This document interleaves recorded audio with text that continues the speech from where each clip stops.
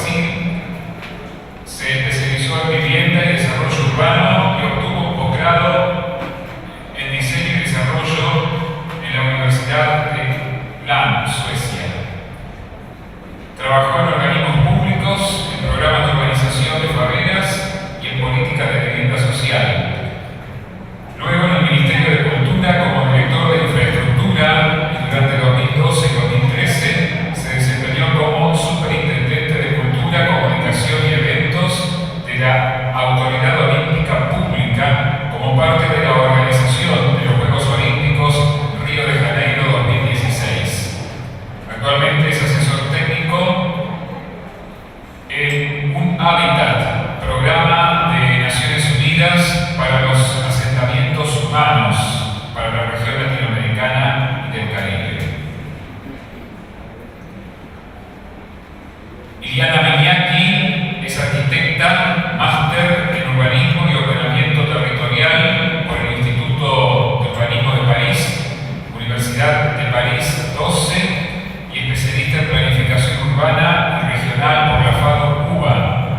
Ha sido profesora invitada en el Instituto de Altos Estudios en América Latina de la Universidad de París 3 y en el Instituto de Estudios Políticos de París.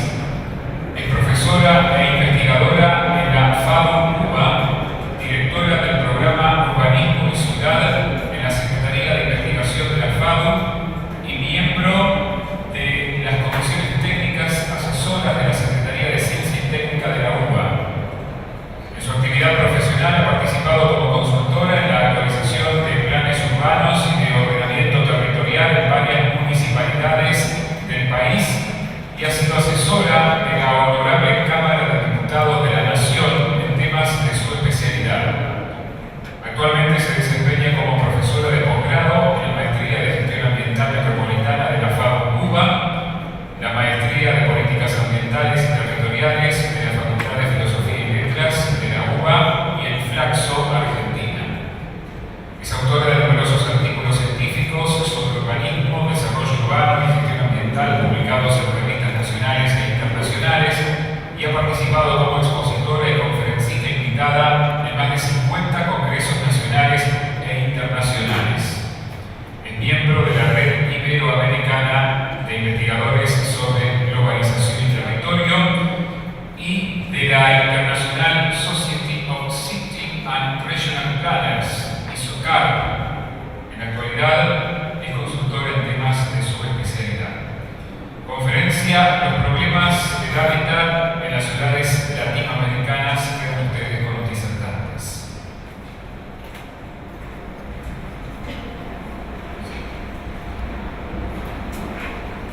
Buenas tardes a todos. Ante todo, agradecer a la Facultad de Arquitectura, Diseño y Urbanismo y a los organizadores de Ujicamba, al arquitecto Rodolfo Mancera. Estoy muy feliz de que este espacio vuelva a la FADO. Me parece, lo acabo de comentar con Rodolfo, me parece realmente importante que todos los alumnos, los profesores puedan participar de un espacio de intercambio, de miradas, de enfoques sobre un tema tan importante, no solo para la Argentina, sino creo que para todo el mundo. Así que muchísimas gracias por permitirme presentar además a un colega de Brasil, de la Universidad de San Pablo, y brevemente quiero hacer una referencia al tema de estas jornadas Ujicamba, si bien se ha abordado desde distintos aspectos, la cuestión del derecho a la ciudad y sobre todo para los alumnos de la Facultad de Arquitectura que no necesariamente están familiarizados con alguna bibliografía, digamos, más sociológica, brevemente decir que el derecho a la ciudad en los últimos 10 años más o menos vuelve al debate y se instala en ámbitos académicos y políticos, pero tenemos que recordar un célebre texto de Henri Lefebvre de 1967, sociólogo francés, quien titula así uno de sus libros. Luego, preocupado por las transformaciones de París, falta de participación y con una crítica al urbanismo como una práctica institucional y de Estado, de alguna manera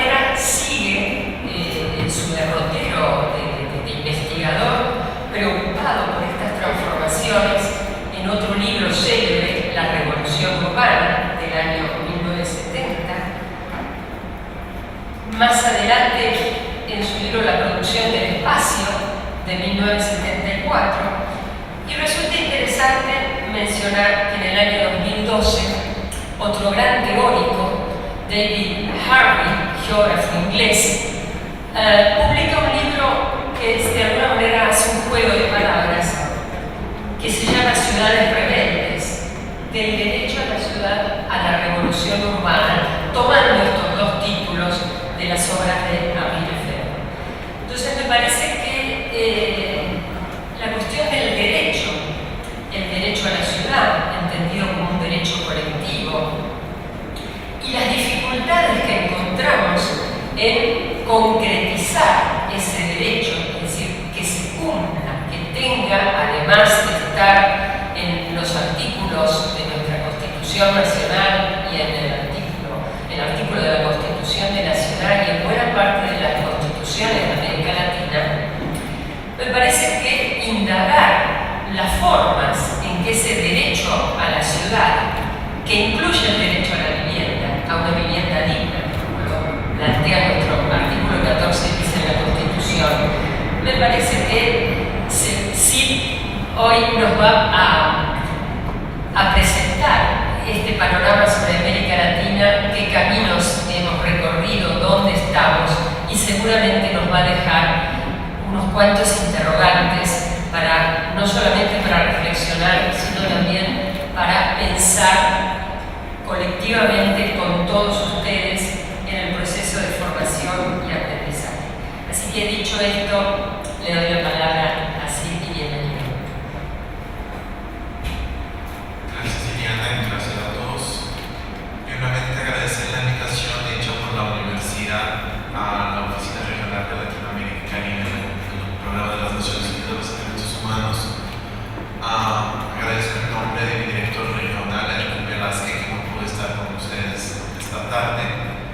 Y por favor, perdonen mis errores, por más español que sea mi nombre, el apellido, soy brasileño, entonces pasarán algunos. Antes de empezar, y antes que alguien me pregunte después acerca de cuál es la posición de Naciones Unidas sobre el derecho a la ciudad, y cada vez más nos preguntan eso, desafortunadamente el derecho a la ciudad todavía es reconocido por las Naciones Unidas. Hay que recordar que las Naciones Unidas es un grupo hecho de naciones, entonces todo lo que se convierte en documentos oficiales de Naciones Unidas tienen que ser aprobados por los Estados miembros, y desde hace mucho tiempo, en especial desde la conferencia CAT2 en Estambul, se intenta aprobar el derecho a la ciudad, y los países miembros, en especial los Estados Unidos, lo aprueban y en general destruyen de alguna manera este postulado, diciendo que es una cosa muy latinoamericana. Eso son cosas de los latinos, porque para ellos la palabra derecho está muy involucrado con derecho constitucional. Si firman un papel poniendo, por ejemplo, que toda la gente tiene derecho a la vivienda, que los Estados Unidos no firmaron todavía hasta hoy, para ellos a partir de este día todos los ciudadanos tienen derecho real a una vivienda. Entonces, con esta charla, en todas las reuniones de Naciones Unidas, incluyendo una que pasó hace año y medio, donde Francia intentó una vez más traer la discusión, aprobamos el derecho a la ciudad, y empezó el debate, y Estados Unidos empezó de nuevo y no se aprobó. Entonces quería decirles que desafortunadamente las Naciones Unidas todavía no consideran el derecho a la ciudad un derecho universal. A partir de eso, por favor, primero les voy a contar quién somos nosotros, para los que nos conocen, el programa Mono Apta. Después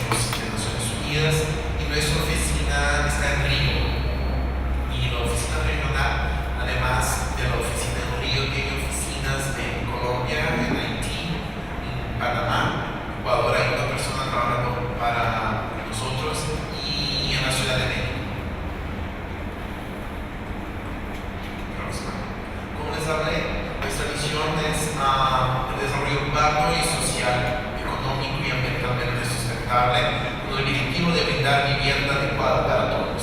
Así empezó nuestra misión y visión hace casi 30 años. Con el pasar de los años, otros temas empezaron a ser parte de nuestra agenda. Próximo, por favor. Y esta es la estructura hoy en día en la agencia. Cada una de las cajas arriba son departamentos. Y en estos departamentos tenemos varios especialistas y técnicos que nos apoyan en las oficinas regionales a desarrollar proyectos conjuntamente con los gobiernos nacionales, regionales y locales a partir de metodologías y de capacitación que se viene trabajando alrededor del mundo. En especial en Brasil hoy estamos trabajando demasiado con proyectos involucrados con el manejo y la gestión de áreas metropolitanas y la reglamentación de la nueva ley que se ha aprobado en Brasil acerca del Estatuto de las Metrópolis, así como el Estatuto de la Ciudad que se aprobó en el empezó de los años 2001. Regla las cuestiones acerca de las áreas metropolitanas del país. Entonces, en este momento estamos trabajando junto al Ministerio de las Ciudades a hacer el reglamento de esta ley. Y tenemos varios otros proyectos en otros países, como México también estamos trabajando con la cuestión metropolitana. En Colombia también tenemos un grupo grande de expertos trabajando en Haití con la reconstrucción del país y en Costa Rica. Y estamos en negociación con proyectos en Perú y en Bolivia. América Latina y el Caribe. En todos estos días hablamos demasiado de muchos números, de muchas cuestiones, y para nosotros cuando estamos trabajando en la mirada más general, lo que tenemos sí son casi 600 millones de personas que ahí viven y somos ya desde hace mucho tiempo la región más urbana del mundo. Y yo creo que es muy importante decir la región más urbana, que no quiere decir la más urbanizada. Eso es una diferencia muy grande porque las personas siempre dicen, yo vivo en área urbana, ok, pero no quiere decir que tienen urbanización. Eso es un punto muy importante. El mundo hoy está 60% en zona urbana, lo que no significa que las personas tienen condiciones de vida urbanas, como hablamos en esos 2 días, del derecho a la ciudad, derecho a los servicios públicos, derecho a espacios públicos, a vivienda adecuada. Eso no está conectado. El porcentaje de crecimiento anual hoy de Latinoamérica es muy bajo, está a 1.15 y viene bajando en los últimos años. En comparación con zonas como Asia y África, estamos ya no creciendo mucho. Pero nuestro problema sigue siendo grande. Tenemos 111 millones de personas viviendo en tugurios, eso distribuidos en todos los países de Latinoamérica. Próxima, por favor. Y cuando miramos en términos de esta población, sea el déficit cuantitativo o cualitativo de viviendas, podemos ver que se manifiestan de maneras distintas en cada uno de los países. Por ejemplo, cuando estamos hablando del déficit de vivienda cuantitativo, vamos a ver que México, la Dominica y que Venezuela tiene números muy altos, pero cuando regresamos a ver el cualitativo, sigue México en primer punto, pero ya no son los mismos países que hablamos antes. Entonces, se ha desarrollado en los últimos años varios estudios a intentar comprender de la mejor manera posible cuál es este déficit, qué hay que hacerlo, incluyendo Argentina, el Ministerio de Vivienda por medio del MINURVI, que es el grupo de los ministros de Vivienda y Urbanismo, ya viene hace muchos años un trabajo de Mabel Jiménez intentando que el déficit de vivienda de los países de la región tengan la misma metodología para que cada vez que nos encontramos y vamos a debatir un problema, estamos hablando la misma cosa. Lo que son 1 millón de personas para vos no quiere decir que son el mismo problema con 1 millón de personas en Brasil. Entonces, este trabajo se viene consolidando cada vez más con el apoyo de CEPAL y creemos que en los próximos 1 año y medio, 2 años, vamos a efectivamente tener una metodología que se puede aplicar en toda la región. En términos de la población urbana que está en asentamientos urbanos precarios en Latinoamérica y Caribe, pueden ver que hoy en día sigue Haití siendo el país que más gente tiene en condiciones por todo lo que pasó, pero también vamos a encontrar a países que no esperábamos que estuvieran con un nivel tan alto, pero que los tienen, como es el ejemplo de Jamaica y Bolivia. Pero por otro lado, se miran, ya pueden ver que por el promedio, México ya no aparece en primer ranking. ¿Logran verlo? Muy chico. Si quieren más informaciones, este estudio se llama El Estado de las Ciudades Latinoamericanas y pueden descargarlo en la página web de ONU Habitat, sea la página de la oficina, que es onuhabitat.org, sea en la página oficial mundial, unhabitat.org. Ahí encuentran, lo llamamos de SOLAC, Estado de las Ciudades Latinoamericanas y el Caribe. Y ahí tienen miles de datos, todos acerca de las cuestiones de las ciudades latinoamericanas. Es muy interesante, pueden apoyarlos en muchos estudios. Ahora hablaré un poquito de qué los países, en especial Chile, México, Brasil y Colombia, hicieron en los últimos años y que están planteando hacer en los próximos años en términos de políticas de vivienda. ¿Por qué voy a focalizar en políticas de vivienda? Porque van a ver que casi todos hicieron la misma cosa, obtenieron los mismos resultados y están planteando los mismos retos para los próximos años. Y eso lo hicieron en tiempos distintos, pero en general llegaron a los mismos puntos. Algunas cosas distintas, pero cuando miremos las fotos es casi difícil decir en qué país estamos. Chile, por favor, próximo.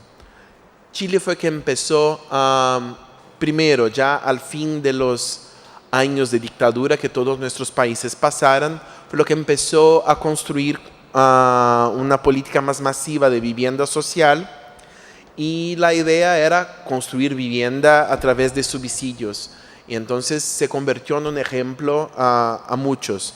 Entonces había subsidio para compra de vivienda nueva o usada, apoyo a la construcción individual o de conjunto habitacional, subsidio para la mejoría de la vivienda y incluyendo subsidio para mejorar el barrio. Los años se pasaron, hay un libro increíble que se llama Los con Techo, no sé si los conocen, pero el problema de Chile hoy no son los sin techo, es sí aquellos que están viviendo en estos conjuntos. ¿Puedes mostrarle, por favor? Próxima. No, eso. Este se convirtió en el problema. Y ahora Chile, el nuevo gobierno de Bachelet, habla en vamos a hacer una política de desarrollo urbano.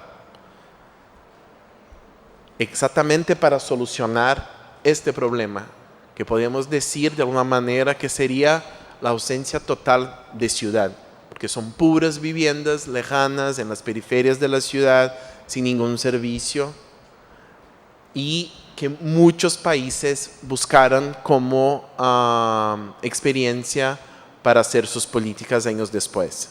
Ahí llegamos a México, próximo. Ya no el empiezo de los 90, al fin de los 90, empieza México a hacer Esta es tu casa. La misma historia, adquisición de vivienda nueva usada, mejor ampliación de la vivienda, adquisición de loteos con servicios para ser construidas adelante, y llegan a los mismos resultados. ¿Cuál es el debate hoy en México? Primero, hablan los chismes que México tiene entre 2 a casi 5 millones de viviendas vacías en la periferia de la ciudad. Nadie te dice un número, a quien pregunte te dan números distintos, pero las fotos, por favor, porque eso es México. Y no sé si ya tuvieron la oportunidad de visitar México, es muy plano, y si vas más lejos en la periferia, cuando miras es un mar de viviendas que no termina cuadriculadas porque hay todas las manzanas, todos son súper iguales, las viviendas del mismo tamaño.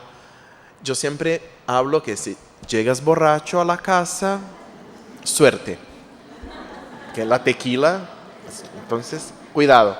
Pero es eso, y ya, una vez más, ¿qué habla hoy México? Vamos a hacer la transición de un modelo para un modelo de desarrollo urbano sostenible y inteligente, que es la mejor parte. Pero, una vez más, se llega a conclusión de que falta la ciudad, falta urbanismo, y el problema ahí, una vez más, los con techo, ¿no? Los sin techo. Y lo que nos asusta más es la cantidad de vivienda vacía, porque estas viviendas, más que en Chile, estas viviendas están como a 60 kilómetros, 70 kilómetros del centro de la ciudad, con transporte público malo, y la gente toca 2-3 horas a llegar. ¿Qué hacen? Como no hay para quien vender la vivienda, las abandonan. Por eso se encuentra tanta vivienda vacía. Próximo, llegamos a Brasil. Tengo parte de culpa en esto. Yo he trabajado 5 años en el Ministerio de las Ciudades en la implementación de estas políticas, y en el momento de la crisis mundial, Brasil decide mirar a sus hermanos y hacer un proyecto de construcción masiva de vivienda como una estrategia de política económica, más de que política de vivienda, y hacen Mi Casa Mi Vida. Mi Casa Mi Vida, que después hablarás después, ¿no, Jerónimo? Mi colega presentará en media hora a ustedes un poco más de eso, pero son viviendas en zonas urbanas y rurales.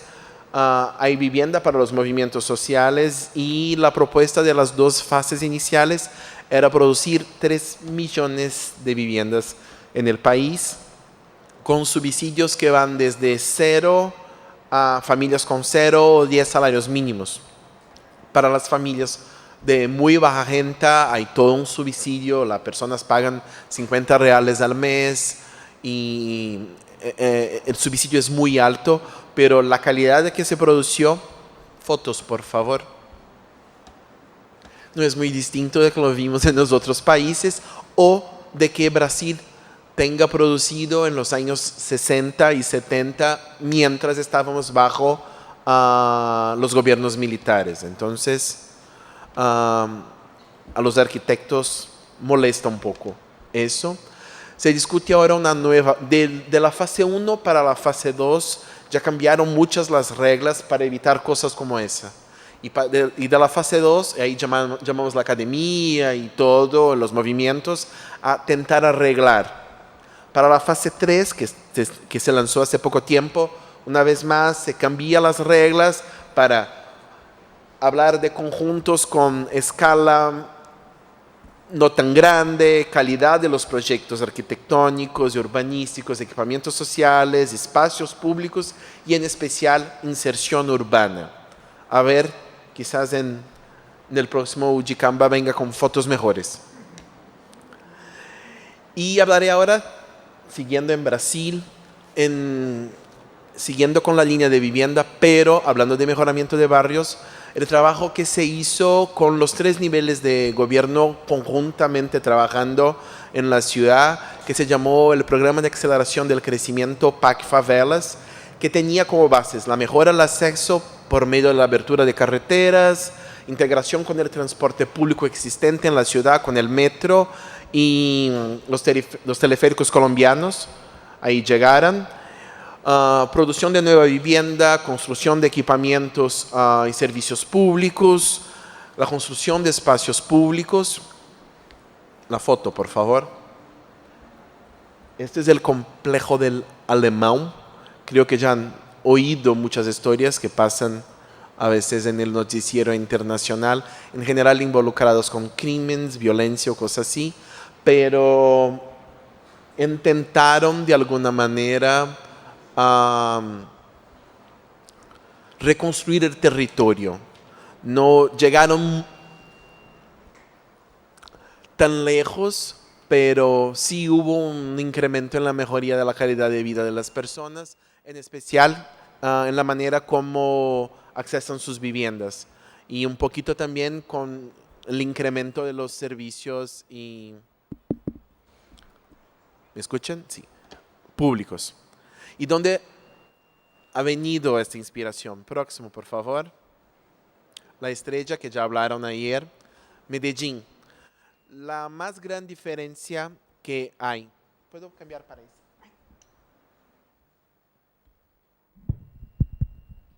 ¿Ok? Sí, hecho.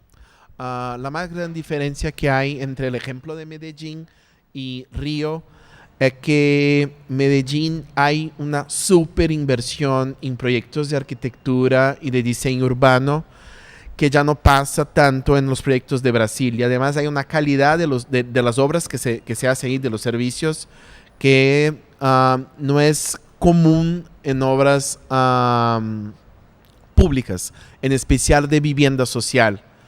Lo que pasa, que creo que ya se ha hablado demasiado acerca de Medellín, es que crearon un modelo para Medellín y que muchos países lo están copiando pura y simplemente poniendo teleféricos o arreglando servicios públicos como si estuvieran haciendo algo como una marca. Entonces la necesidad de traer esto, ¿no me escuchan? ¿Mejora? Hay que tentar. ¿Mejoró? ¿No? Aquí. Sí, hecho. Entonces la necesidad, creo que traen de nuevo la importancia del diseño. Confieso que hoy me quedé muy contento a ver los proyectos que se presentaron de vivienda social acá en Argentina por la calidad del diseño, cosa que con las fotos que miramos de Brasil y las fotos que Jerónimo va a mostrar, seguramente la arquitectura ha pasado lejos. Y creo que esto es un espacio importante para nosotros arquitectos a descubrir que sí es posible hacer arquitectura con equipamientos públicos, con vivienda social y tener este tipo de reconocimiento. Las fotos, porfa, ahí. Creo que la diferencia se siente con la foto que ha mostrado de Brasil.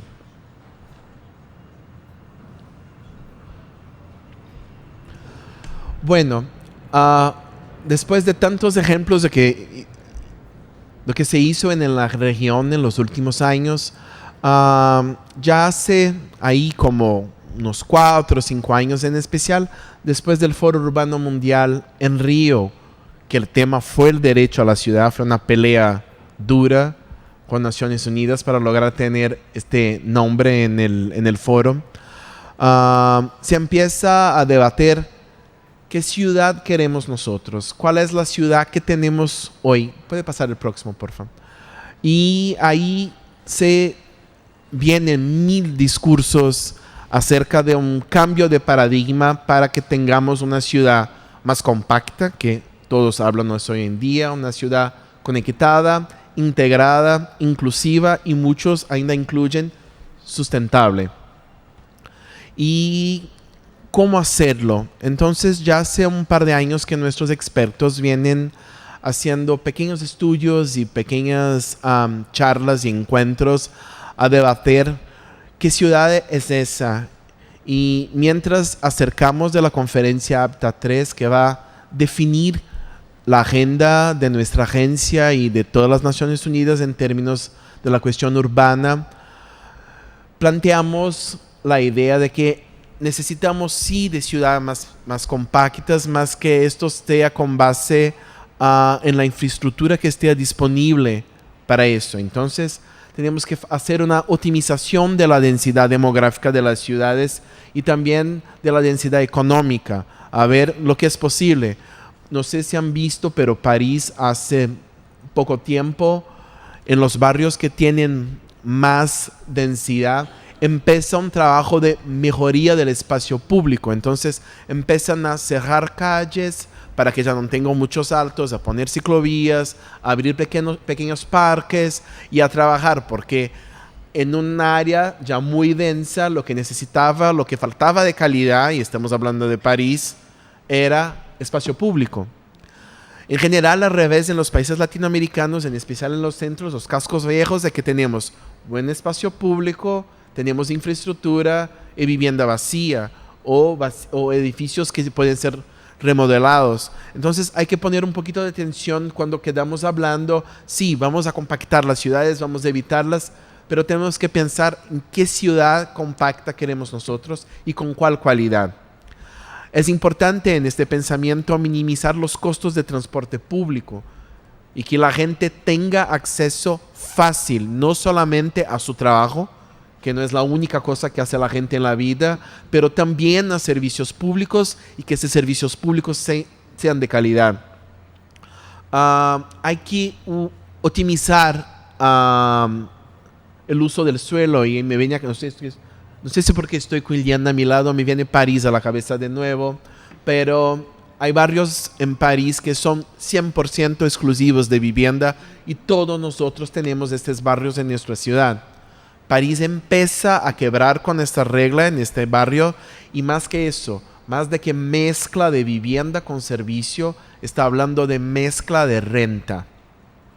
Es súper importante que los barrios, además de la mezcla de servicios con vivienda, tengan también distintas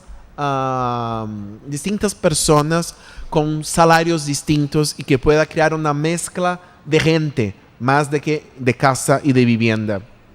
Y por fin tenemos que proteger y mantener los espacios públicos existentes y siempre que posible crear nuevos espacios. No importa si estamos en áreas centrales o en la periferia de la ciudad, los espacios públicos son muy importantes para nuestras ciudades. ¿Y cuál es la base del cambio de paradigma que planteamos nosotros? La próxima es lo que llamamos de trípode de la urbanización sostenible. De un lado, la planificación, el plan, el diseño urbano. De otro lado, y hablaba Carrión hoy por la mañana y me encantó escucharle esto, legislación urbana. Tenemos que debatir el uso del suelo de nuestra ciudad y reglar el uso del suelo. No es solamente, qué lindo, no. Hay que haber leyes que aprueben el uso adecuado y sostenible del suelo de nuestras ciudades mientras hacemos planificación. Porque el uso del suelo está muy involucrado con que permite las leyes. Y por fin no se puede olvidar de la economía de la ciudad. Entonces, lo que llamamos de trípode de la urbanización sostenible tiene planificación, economía y legislación. Y por supuesto, transversal a todo eso, no podemos olvidar de los servicios básicos, en especial de los servicios públicos. ¿Y de qué ciudad estamos hablando? ¿Qué ciudad que queremos nosotros con la nueva agenda urbana? Queremos una ciudad nueva en el siglo XXI, de ciudad fragmentada a lo que todos están hablando, la buena ciudad, la ciudad donde todos estén bien, la ciudad como un bien colectivo que pertenece a todos y que nosotros pertenecemos a esta ciudad, donde la población tenga la sensación de pertenecimiento, porque solamente así van a cuidarla. Entonces muchas veces hablamos, pero hay parques, hay oportunidades, pero ¿dónde está la gente? Si no hay pertenecimiento, la gente no los utiliza. Sustentabilidad, cohesión social e integración. De nuevo, la mezcla. Transporte público de calidad. Vías para peatones. Sí, caminar es bueno y la gente le gusta. Áreas verdes. Ciclovías. Uso eficiente de la energía y el interés colectivo de la gente debe prevalecer al interés privado. Esto es extremadamente importante, que la participación ciudadana sea garantizada en estas ciudades. Tenemos que abandonar el modelo de la ciudad monofuncional, la ciudad que tiene solamente una calidad, y mejorar las cuestiones que estén involucradas con la baja densidad, con las grandes distancias, con la mal conectividad de la ciudad. Otra cosa que me pasó hoy también mirando los proyectos acá de Buenos Aires es que con la transformación de las estaciones antiguas que seguramente eran puras murallas en el medio del barrio, se va a conectar áreas que están totalmente desconectadas hoy en día y que esto permitirá la creación no solamente de espacios públicos, pero de nuevas áreas de encuentro donde la gente pueda encontrarse y conectarse. Es muy importante. Y el desarrollo endógeno de la ciudad. ¿Cómo buscamos y qué esperamos de estas ciudades? ¿Cuáles son los prerequisitos? Primero, un compromiso político efectivo con la planeación urbana. Esto es muy importante a nuestros alcaldes, a nuestros gobernadores, pero también a nuestros legisladores que estén de alguna manera comprometidos con la planeación urbana. La capacidad de gobernanza, y estamos hablando también de la capacidad institucional de los gobiernos, que muchas veces tienen recursos financieros, tienen capacidad, pero no tienen capacidad técnica. Y ahí viene el papel de la universidad a apoyar esos gobiernos con la cuestión de la planificación. Y con esto la capacidad técnica adecuada que estábamos hablando ahora y las posibilidades de conversión de ideas y del debate de ideas que se puede hacer no solo por medio de la academia, pero también por medio de la participación ciudadana. Próxima. Y ahí cuando estamos, ya que estamos en una escuela de arquitectura, ¿de qué ciudad que estamos hablando? ¿Qué pensamos en términos de principios del urbanismo para esta nueva agenda urbana? Estamos hablando de espacios adecuados para las calles y de una red de calles eficiente. Estamos hablando de altas densidades. Estamos hablando del uso mixto del suelo, del mix social y de la especialización limitada de la tierra. O sea, bloques con funciones únicas no pueden superar el 10% de la ciudad. Esta es una ciudad que pertenece a todos. Es una ciudad donde yo siempre hablo. Yo viví en Brasilia. No sé aquí quién tuve la oportunidad de visitar la capital de Brasil y así me morí un poco a cada día porque no podría yo caminar todos los días a comprar mi pan. Necesitaba de un coche. Necesitaba de un coche para pan, para el agua, para cualquier cosa que tuviera que hacer. Porque primero no hay dónde caminar. Y segundo que las distancias eran muy grandes. Entonces, esta cosa de tener especializaciones era increíble. Tú podías vivir en un departamento súper increíble, pero la zona comercial que tenía más cerca de tu casa vendía lámparas. Y solamente eso. O sea, si estuvieras con hambre, seguirías. Porque necesitarías de un coche a salir a comprar algo a comer. Entonces, tenemos muchos ejemplos y creo que con la globalización de la información tenemos varios motivos de no recrear errores que cometieran otras ciudades y otros países. Y también tenemos la oportunidad de mirar los buenos ejemplos, pero siempre adaptando ellos a nuestras realidades. Hecho. ¿Qué estamos haciendo nosotros para las discusiones del próximo año en Hábitat 3? Para ayudar en la planificación de las ciudades, estamos trabajando desde hace el año 2012, cuando se presentó en el Foro Urbano de Nápoles, con el Índice de Prosperidad de las Ciudades próximo. Es un índice donde las ciudades se presentan bajo 6 dimensiones. Entonces, es como un compilado de varios indicadores, de manera que cuando miras la rueda de la prosperidad, que era el slide anterior, sabes cuáles son los puntos que están deficientes, mientras tanto está mirando otra cosa. Entonces, mientras miro la cuestión de la productividad, puedo mirar al mismo tiempo la parte de la inclusión social, la parte sostenible, la calidad de vida y puedo mirar también la infraestructura y así planear la ciudad como un todo con base en varios datos al mismo tiempo. Se está planteando que para los indicadores de desarrollo sostenibles que van a reemplazar los objetivos de desarrollo del milenio, el índice de prosperidad de las ciudades sea la metodología de discusión y creación de indicadores. Ya fue aprobado por nuestro director y esto debe presentarse a la conferencia APTA 3. Y hablando de APTA 3, llegamos, compre sus boletos. Fernando nos invita a su casa, ya nos dijo.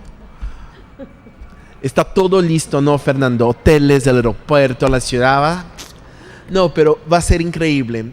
Sé que estamos en otro momento. Seguramente ustedes nos recuerdan a Estambul. Yo era un estudiante en Estambul y me recuerdo de todos los debates que pasaron en este momento. Y en Brasil muy fuerte, porque era el momento de llevar a todos el derecho a la ciudad, el derecho a la vivienda, la participación ciudadana, el presupuesto participativo y el poder de los gobiernos locales.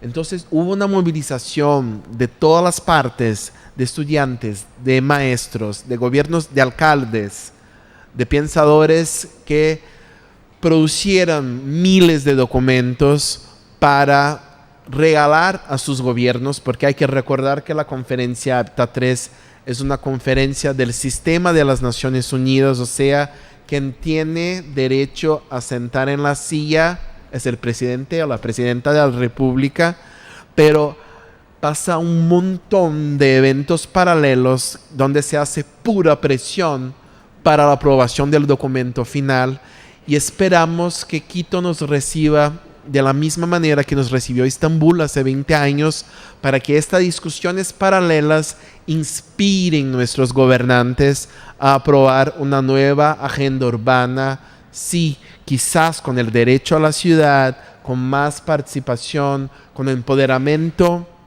de las organizaciones que están ahí debatiendo el tema de la ciudad y del desarrollo sostenible hace muchos años. Entonces, en el próximo año, en el 17 a 20 de octubre en Quito, estará ahí la conferencia Habitat 3 próximo. La preconferencia de organización próximo.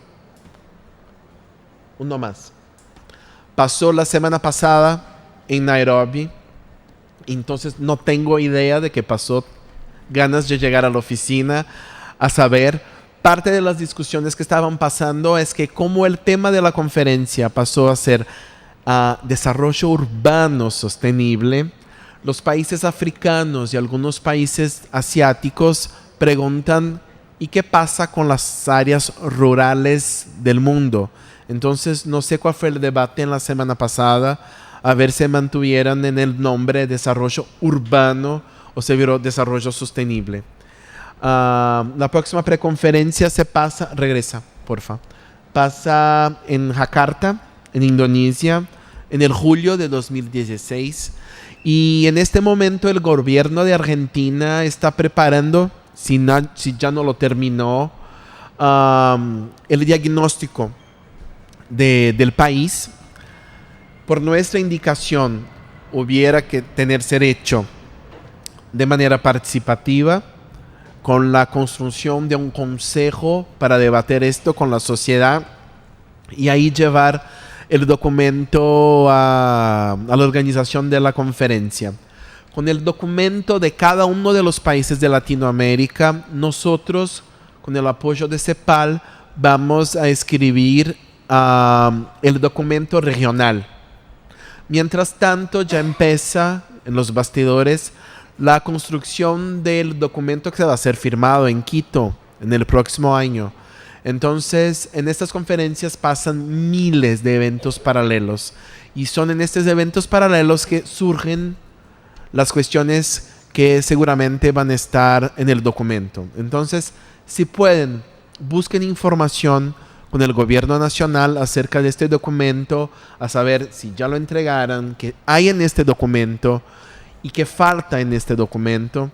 Nosotros en Río estamos trabajando con la Ford Foundation de manera a analizar el documento que el gobierno de Brasil presentará y a ver cuáles son los puntos que la academia y los movimientos sociales creen que están faltando en este documento, a producir información acerca de esto y regalar el gobierno de Brasil con esta información, con estos datos y para que discutan para que cuando estos puntos lleguen a la discusión, ellos tengan una posición que no está en el documento. Por fin, para hacer marketing, próximo. El producto. Estamos nosotros, y está aquí el colega nuestro de la Universidad de Córdoba, Quique. Empezamos un concurso con la Universidad de Córdoba para estudiantes de las facultades de arquitectura de América Latina y Caribe, que con el apoyo de sus maestros pueden participar produciendo y contestando esta pregunta: ¿cómo construir ciudades más densas, diversas, innovadoras, intensas y sostenibles a través de la vivienda colectiva?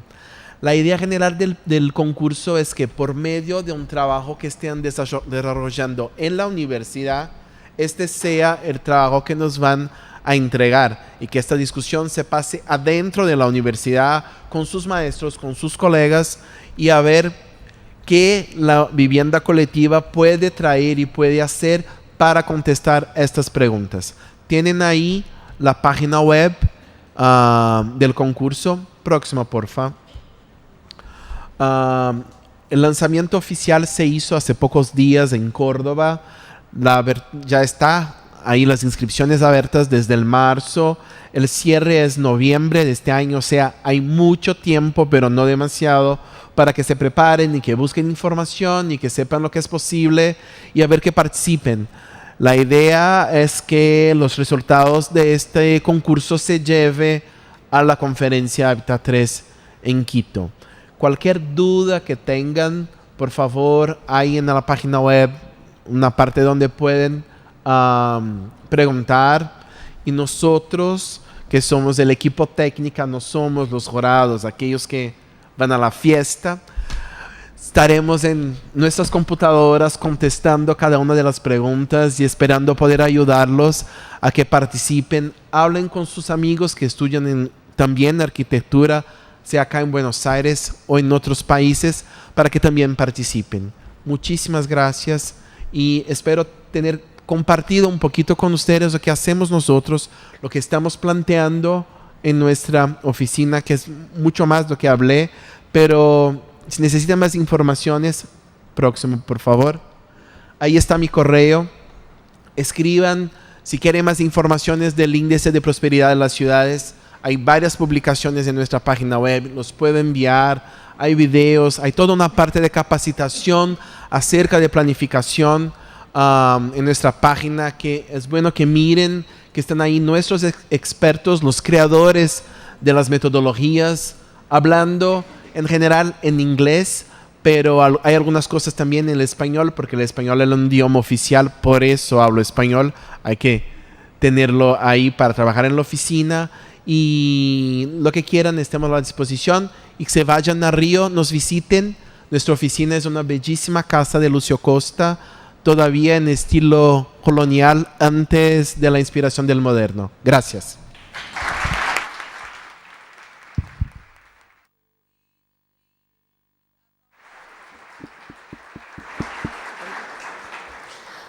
Muchas gracias, Sid. Creo que ha sido muy motivadora y movilizadora tu presentación, y yo espero que todos los estudiantes y los docentes de esta casa realmente se sumen a participar en este concurso. Hay folletos. Tenemos muy poco tiempo. Yo solamente voy a hacer un comentario para dar al público la posibilidad de que haga preguntas. Ha remarcado muy bien, Sid, la importancia que tienen ámbitos de formación, como una facultad de arquitectura y urbanismo, en los resultados que hemos visto en imágenes de distintos ejemplos en los países que se han presentado de políticas habitacionales.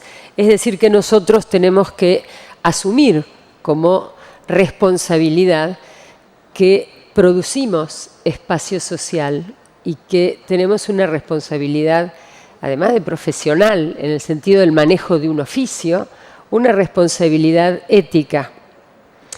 Entonces, que hoy México tenga esa alrededor de entre 2 y 5 millones, aunque sean menos, de viviendas vacías, porque ha sido un fracaso de una política habitacional pública que ha contado con el dinero de los ciudadanos para que pudieran concretar ese derecho a la vivienda, son temas que me parece que tenemos que reflexionar.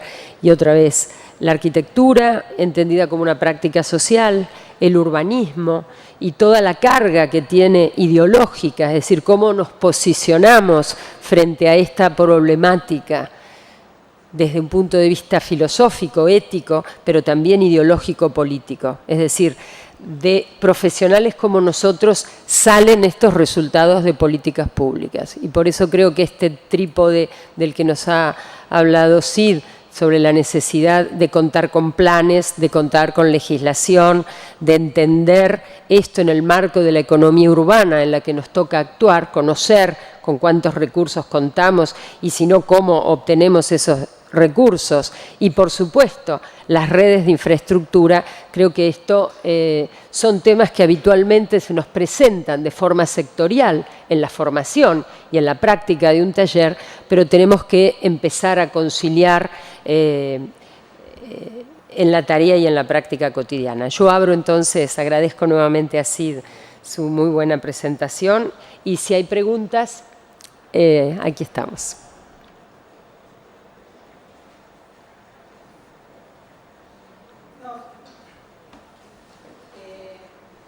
Tengo miedo que te hayas quedado con una imagen que no sé dónde, porque hoy se mostraron algunos proyectos, algunos de ámbito académico, sobre intervenciones en hábitat social en la Argentina. Pero en general no tiene que ver con la realidad. La realidad se parece mucho más a lo que hemos visto. Creo que lo de México es peorcito todavía. Pero se parece más al común denominador de lo que estabas mostrando como prototipos de vivienda social en el resto de los países de América. Una construcción masiva de viviendas en la periferia, sin diversidad morfológica, sin generación de espacio público y sin mucho equipamiento, ¿no? Por ahí te quedaste con la idea de algún proyecto académico y que las cosas eran así, pero no.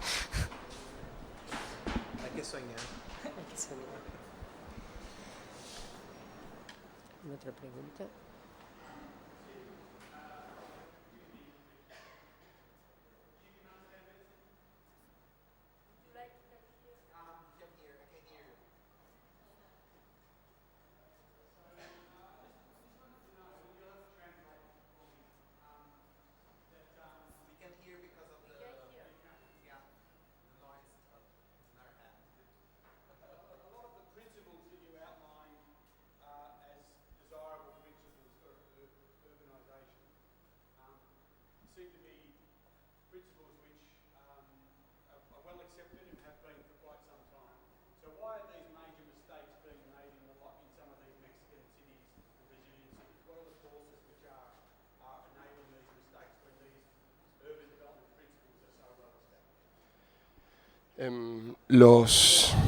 Ok, ¿querés decirlo vos?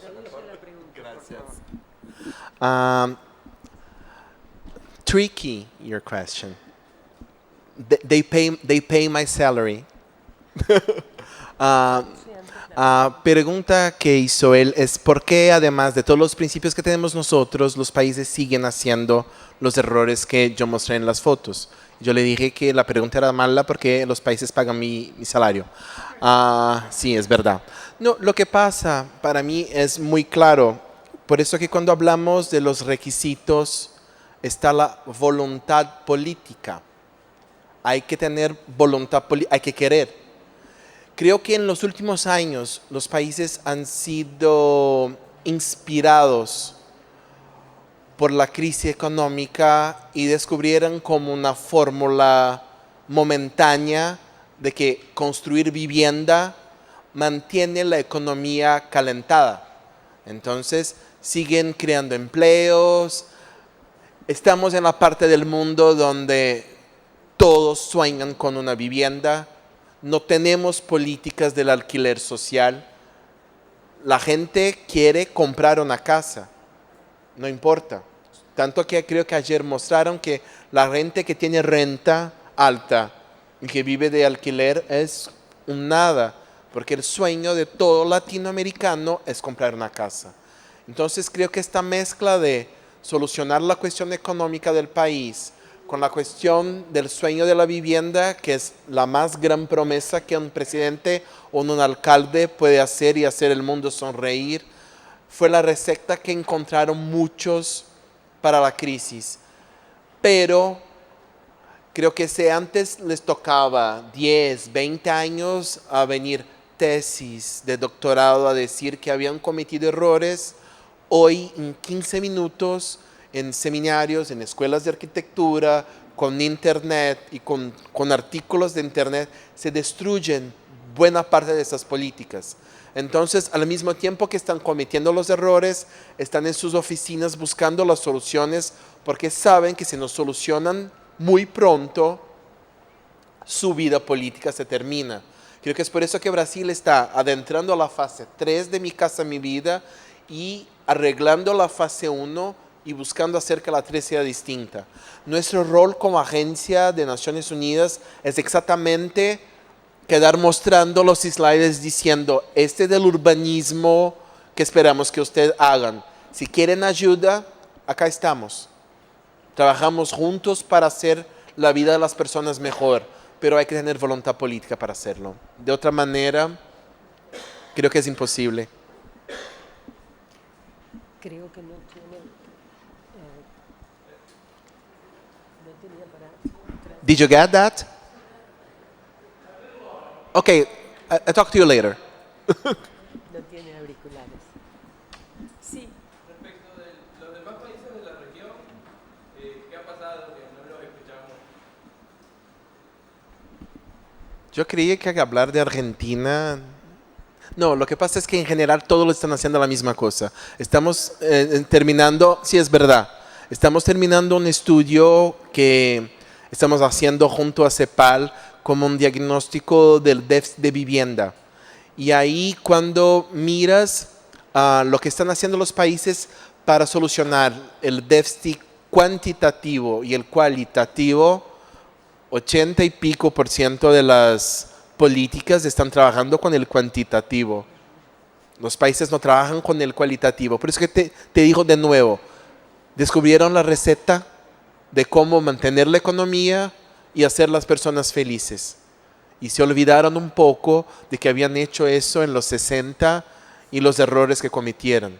Pero en general, los países latinoamericanos, incluyendo Colombia, Bolivia, Paraguay, todos están produciendo vivienda. En larga escala, conjuntos lejanos. Se convirtió en un modelo también de los años 2000.